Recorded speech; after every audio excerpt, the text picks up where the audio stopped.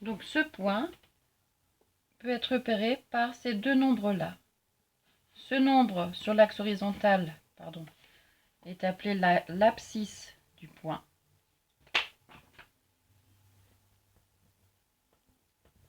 Comme sur la droite graduée. Et le nombre sur l'axe vertical s'appelle l'ordonnée.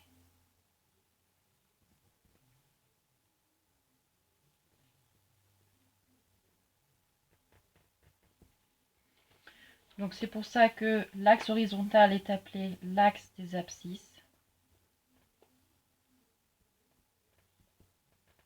Et l'axe vertical est appelé l'axe des ordonnées. Donc ce point, je peux l'appeler A par exemple. Eh bien, pour repérer sa position sur la feuille, je vais dire qu'il est en abscisse moins 1 et je donne toujours l'abscisse en premier et ensuite sur l'axe vertical je donne son ordonnée plus 3. Je les mets entre parenthèses et je les sépare par un point virgule pour ne pas avoir de confusion avec les nombres décimaux avec une virgule. Donc si je prends un autre point par exemple, si j'inverse l'abscisse et l'ordonnée, et si je prends plus 3 sur l'abscisse et moins 1 sur l'ordonnée, où est-ce qu'il va être ce point-là?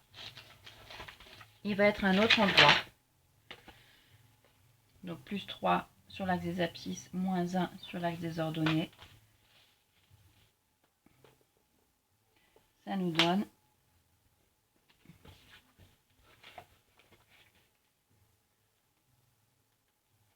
ce point ici.